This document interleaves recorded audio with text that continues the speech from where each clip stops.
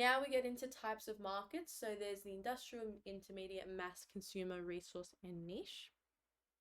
So the resource market is where members are primarily engaged in primary production, so fishing, mining, and agriculture. They mainly purchase tools and sell the primary resources that are coming directly from the land. So the resource market is just the base and where it starts. And then we move into the industrial market, which is a kind of like a middle party market. And it's businesses who are buying resources and turning them into different products or services for consumers. So, for example, an industrial market would be like a bakery who's buying flour and then turning that into bread and different baked goods.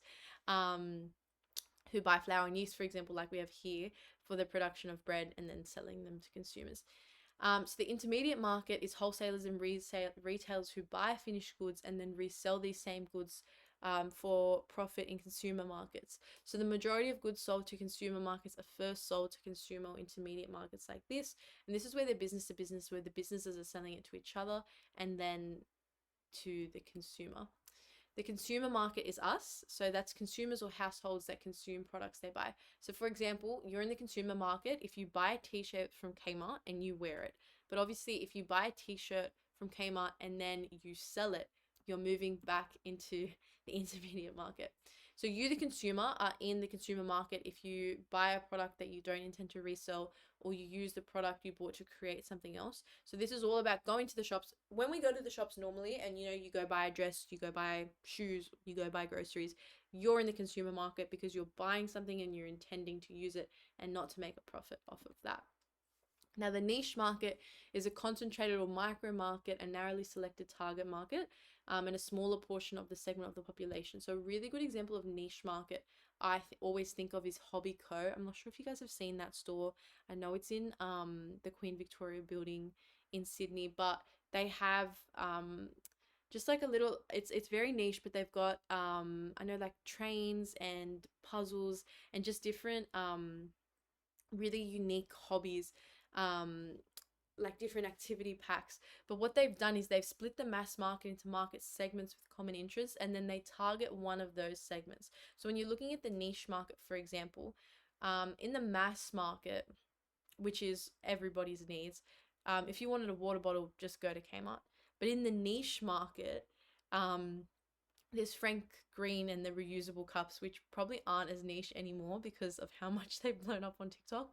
And literally everybody has a Frank Green bottle now or a Stanley Cup. But originally when Frank Green came out, they were targeting a really small market of consumers who wanted high quality import resources and also cared about environmental sustainability, which Frank Green could then really target.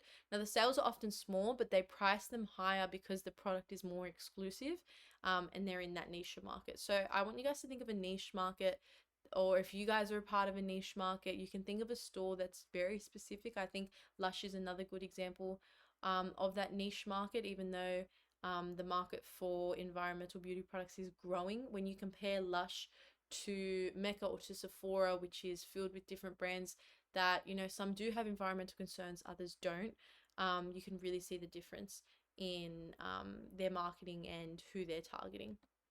Now, the mass market is all consumers, irrespective of demographics. So, no matter where you are, everybody's in the mass market. The point of the mass market is to mass produce, distribute, and mass promote one product.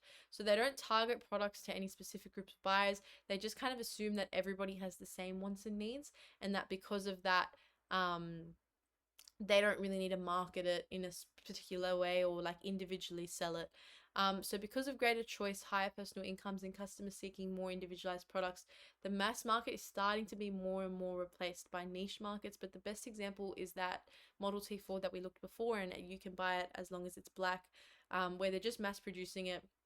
They're selling to the mass market and they're just assuming that everyone wants it. A really good example of mass markets is just grocery stores. You don't really see grocery stores trying to target individual people or, trying to be really unique. They know that the products of people are goods and services that everybody needs and everybody is using. So there doesn't really need to be this individualized selling experience every single time you go shopping. You're not going to have somebody, hi, how are you? What are you looking for today? When you go to the grocery store, but when you go and buy a new dress for your formal this year, that's going to happen. So that's kind of the difference with mass market and niche market. A good example of niche market is a formal dress store. You guys can use that as your case study. So